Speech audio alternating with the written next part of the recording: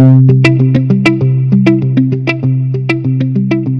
how far away you are from your microphone. Do you see what I have to deal with? Look how far away you are from God. Welcome to Read It and Screech, the podcast for those who continue to fly too close to the sun no matter how often it burns us. If you're too loud, you can sit with us while I give you the cliffsnotes and the cringiest quotes and we go screeching all the way. This week we present Sweet Obsession by Katie Robert. It is 336 pages. Audiobook is 9 hours, 57 minutes. Narrated by Alex Moorcock.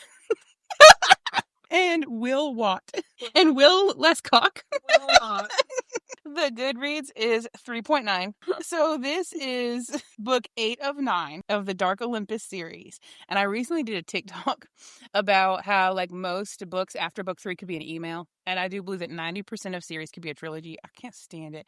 Looking at you, Jennifer Armentrout, the way that she will like squeeze more books out of her poor characters, and they're just so tired, and they're like, please stop. I just read one where the first book was so good and the third book was so phoned in. I was like, Right. These books, each one follows a different couple. So also I love Katie Robert, even though she does get a little bit too smutty for me at times. Like there's been 2 that I read of hers that I had to put down because it was like page 1, chapter 2, chapter 3, some dialogue, chapter 4.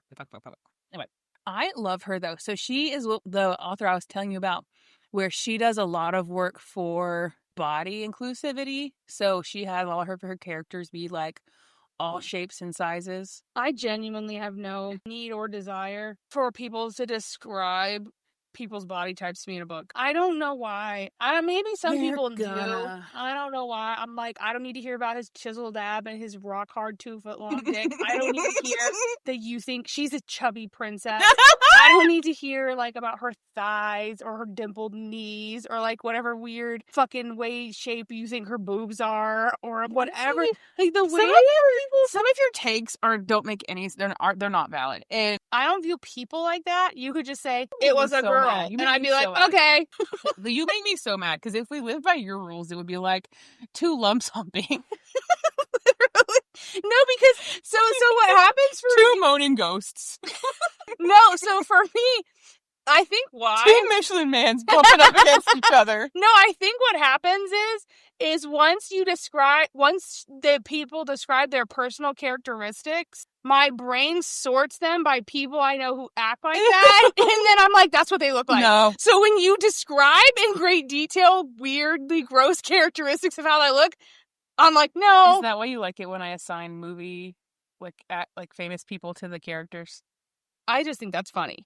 Katie Robert, I like that she uses lots of diverse types of people. I know a lot of diverse types of people. Yeah. I can just pre-sort that in my head. You just picture the people that you know bumping uglies like that, and I don't picture people bumping uglies. Whatever. She also does her trigger warnings in a really nice way where she's like specific. I shat on dark romance and like trigger warnings and stuff so bad and so frequently on my TikTok that an author messaged me and was like, here's my book.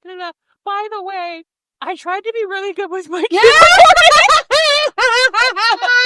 because I would really hate for someone to like be upset with me. I was like, yeah. So I like how she does her trigger warnings. They're accurate, and she does the other thing where the triggers are never like a main character. A crime on another main character should be in prison for life. It's always like other people, but she'll still let you know if this kind of thing bothers you. It's going to be in the book. It is dual first-person point of view in the fictional city of Olympus. So the way that her world is built, I don't get it. I get it, but I don't get it. We're not starting off strong. I know. So there's like a veil separating Olympus from like the world, I guess. Olympus is run by 13 key leaders, like city council, if you will. They're called the 13. Each of them is like named after a Greek god. That's from Game of Thrones. God, I hate you. No, it's from Greek mythology, actually. But each name is like each god, quote unquote, is just a title of that position. So Zeus is just the position of Zeus. He gets passed from person to person through political and bureaucratic nonsense. Through a wiener. What? I said through a wiener. No. No. Well, no.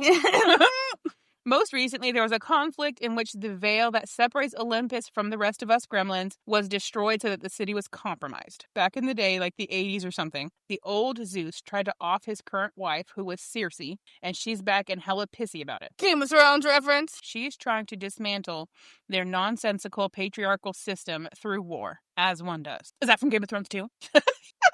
As they did in Game of Thrones. As they did through all of time and space, always. War. So when she came back and did this thing like a week ago, there was this conflict and it led to the start of this book. The characters are Poseidon and Icarus. I'm sorry. Who?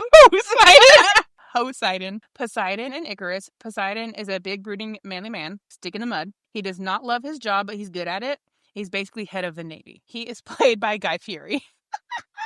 Guy Fieri's not a big manly man. Guy Fieri's like 5 feet tall or less. I just wanted to see what you said if I said that he was played by Guy Fieri. He's played by, like, The Rock. Like, if he was a little more out of shape. Why are you looking at me like that? Like, I casted these characters. Because you did! Okay. Icarus is a brooding, seductive sad boy. His dad died in the altercation of the last book, but it's not that big of a deal because he was a big, mega abusive asshole. Icarus has been using his seductive wiles to manipulate his way through life, and as a result, has a disproportionate amount of dirt on all the elites of the city. And he's played by that guy from The Resident. The blonde one? Yeah. Starting off strong, Poseidon takes Icarus as a political prisoner in the aftermath of the previous altercation. Icarus is nervous about being put in some weird dungeon, but ends up being put in this cushy AF room in this big-ass house, complete with gaming systems. Big ass, the end. He just gets put in his big ass. That happens in a minute. Don't jump ahead. Nevertheless, he's convinced Poseidon wants him dead. Poseidon has bigger fish to fry, with his job needing to be done and all. He's definitely not about to kill Icarus because he knows everything about everyone through all of his spectacular wienering, so why would you kill a resource like that? He goes to this meeting with all... Is he wienering boys or girls? Yes. Why not both? He goes to this meeting with all the city leaders to vote on going to war with Zeus's angry undead wife Circe, and they can't all get on the same page, and so nothing happens. This makes him pissy because since he's the Navy, his people will be on the front lines if attacked by sea. And Circe is planning to attack by sea because all her boats are out there. Back at the house, Icarus wakes up from a nap and there's a man in his room. It's a mean man who blames him for everything that's gone wrong thus far. Said mean man decides that Icarus must know everything that Zeus's non-dead wife Circe is planning and decides to cut the truth out of him without prior approval from Poseidon. Oh, by the way, that was like the old Zeus, one of the previous ones, but she's still mad at everybody. It's not a good time for Icarus, so he gets sliced to shit until Poseidon interrupts and puts a stop to it. He hauls Icarus into the tub and feels really bad about what happened just now. And he tells Icarus he's safe here at least until everything is worked out. There's some back and forth between them. You're the bad guy. No, you're the bad guy. And then Icarus settles into bed thinking about his sister. Ew, that's very Game of Thrones. And how she got out of the city right as the conflict started, and how he's supposed to meet her at Carnival next year in Brazil. He noticed that Poseidon seems like a nice person, so he decides he's going to try to string his kindness along for his own survival, as one does. Poseidon does reprimand the guy who went and cut Icarus up, but not enough in my opinion. He's like, that's all right, man. We're all having a hard time. I feel like I could just not do this book. I'm waiting for you to say something that's not like mediocre. I feel like you're reading me the church bulletin. This lady's still mad about something that happened in the 80s. Should we start over? I actually don't want to hear the rest, so there's that. I have a question.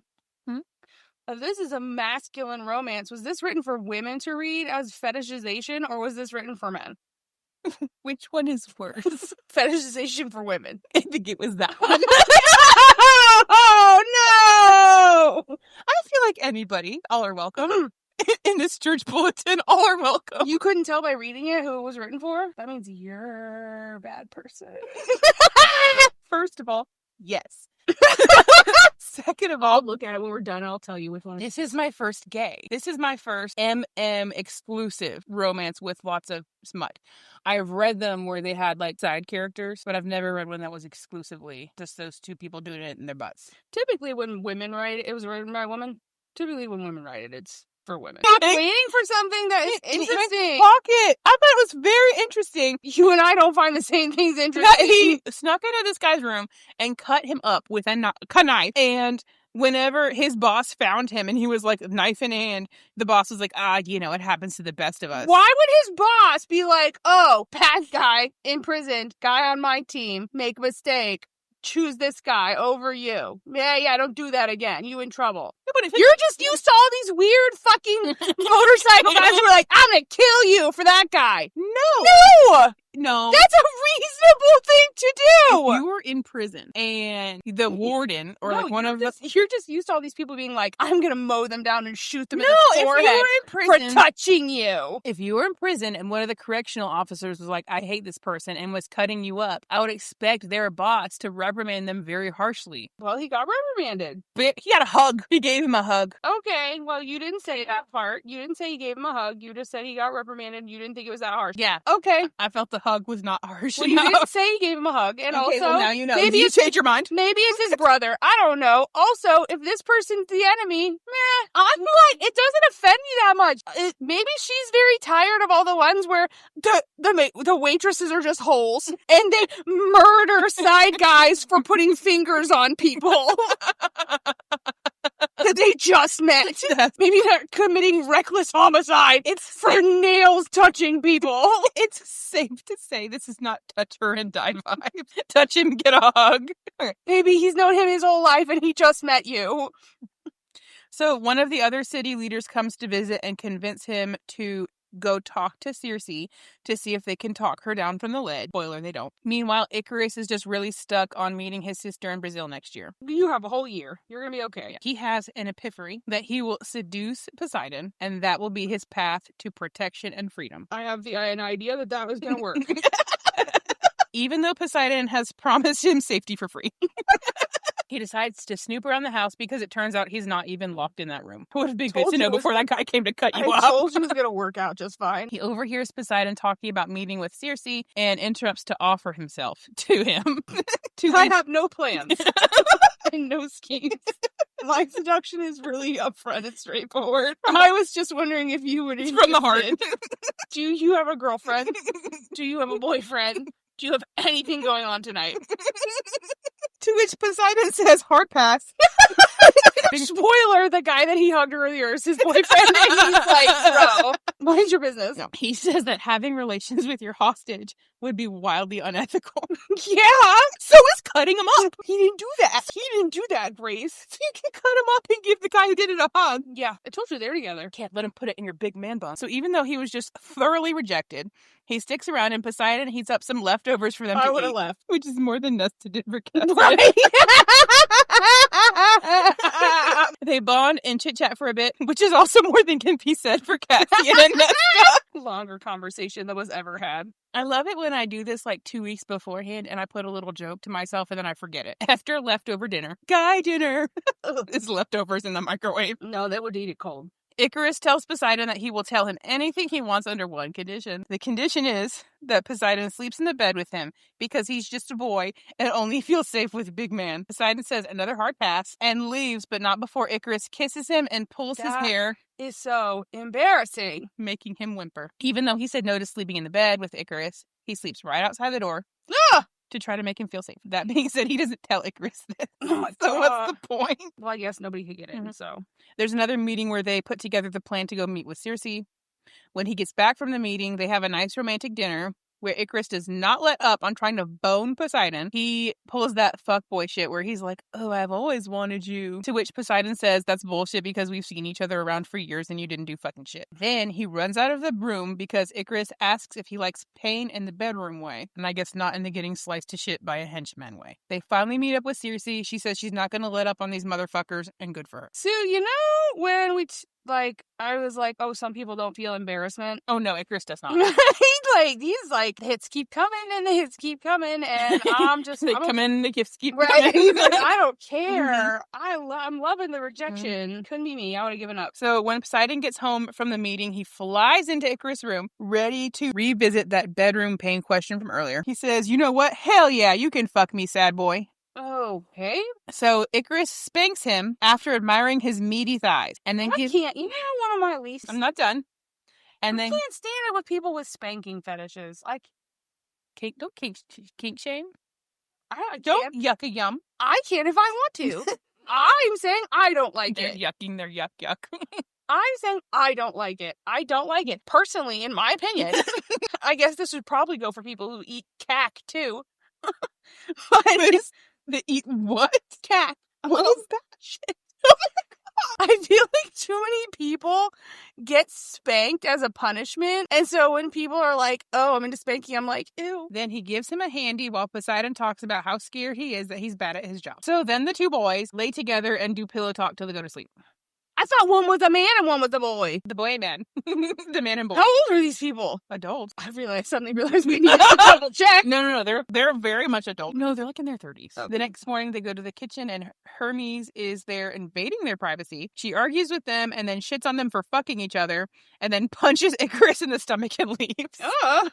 Rude. So, plot-wise, at this point, Poseidon will have to either double-cross Circe by going to war or double-cross the city leaders by siding with her. Icarus offers to use his connections to try to blackmail Circe's generals into deserting her. Poseidon says he'll think about it because that would mean giving Icarus contact with the outside world, and he's still supposed to be a prisoner. This lack of trust hurts Icarus's feelings, especially after that introductory wienering he just gave. Poseidon asks Icarus what he wants to do with his dad's body because apparently it's still in the morgue. Ew. And Icarus says, just put it in the dumpster. And Poseidon does that thing that we hate where he's like, but he's still your dad. Oh, no, he's not. Also, you asked and I gave you an answer. If I don't want it, I don't want it. Damn. They decide to go stay in Poseidon's apartment in the shipyard instead of the big weird house they were staying in and have sex. So get ready for butt stuff. They go through the formalities of kink and agree to flogging, paddles, canes, knives, branding, bondage, and candle wax. There. You ended on candle wax? Damn. 2 chapters of this. After the spicy fun times, Icarus sneaks into the bathroom with Poseidon's phone to try to get Circe's people to turn against her behind Poseidon's back, which is low-key dumb because Poseidon really didn't care. They were already talking about that anyway. But his feelings are hurt that Icarus used his phone without asking. Oh, your feelings are hurt that I used your phone without asking. You're making me stay at your house without asking. You kidnapped me without asking. You're like, cut me up without asking. Fuck you. Before they could argue about it, Zeus comes over to try to collude behind the rest of the 13's backs and casually plot to off his wife. Basically, he wants to go ahead and attack Circe, which is not far from what Icarus was planning anyway. Then they all sleep together. No! Then he starts to have second thoughts because Circe is low-key right about the patriarchy, and now his new friend / captor with benefits is butthurt, pun intended, about the behind-the-back phone usage. Either way, he goes ahead with the plan to turn Circe's people against her, this time with Poseidon's blessing. The next day, Hades comes over to talk, and they decide to make the move on Circe tonight. In the meantime, Poseidon and Icarus bond, and Poseidon tells him not to feel bad for using his sexuality as currency for his whole life. And Icarus tells him about wanting to meet his sister in Brazil. True to form, Icarus is a lover boy about Poseidon at this point. The plans for the night move forward, and it turns out that Zeus's wife has been working against them, trying to off him as well. Birds of a feather flock together. I thought she was trying to tell everybody. No, okay, so I don't care that much. Don't tell me. Do not explain that. If it's gonna be extra, I'm not paying for the guac. Stop it. Okay. Circe?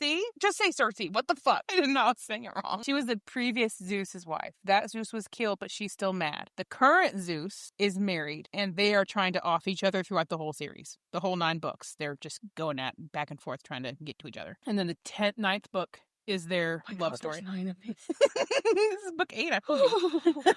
Icarus keeps on calling all of Circe's people. It's relatively easy to blackmail them because apparently he's been inside each and every one. Nothing? Is she gonna go, oh, me too. They go for one last good fuck before things go down both literally and figuratively. And they start utilizing the safe word. Guess what it is? I got nothing. It's trident. 2 chapters worth again. Maybe she just sets a page count and then just types until it reaches it. Throbbing and coiling and bursting and stretching and burning and heat and wet. Why would it be wet? Why would it be wet? You don't think they're using store-bought lube? Commercially produced? After the good solid wienering, they have a come to Jesus. I don't think they do. About their relationship and how they can't really be together because Poseidon is in a position of power. Isn't the whole shtick with the Greek gods that Jesus doesn't exist? How much of our disbelief are we suspending? I don't know. Why are you saying come to Jesus? Do you know what a come to Jesus discussion is? I don't know why you're saying that in relation to this book. Do you know what a come to Jesus is? Do you think it's the heads down, eyes closed? I don't know why you're using that in relation. Because they're having a frank, honest discussion with each other. Why would you not just say that? No, I got it. What's it called? Is it DNF? DNR. It's not funny at all. Yeah, when the high schoolers do the define the relationship. DTR? Yeah.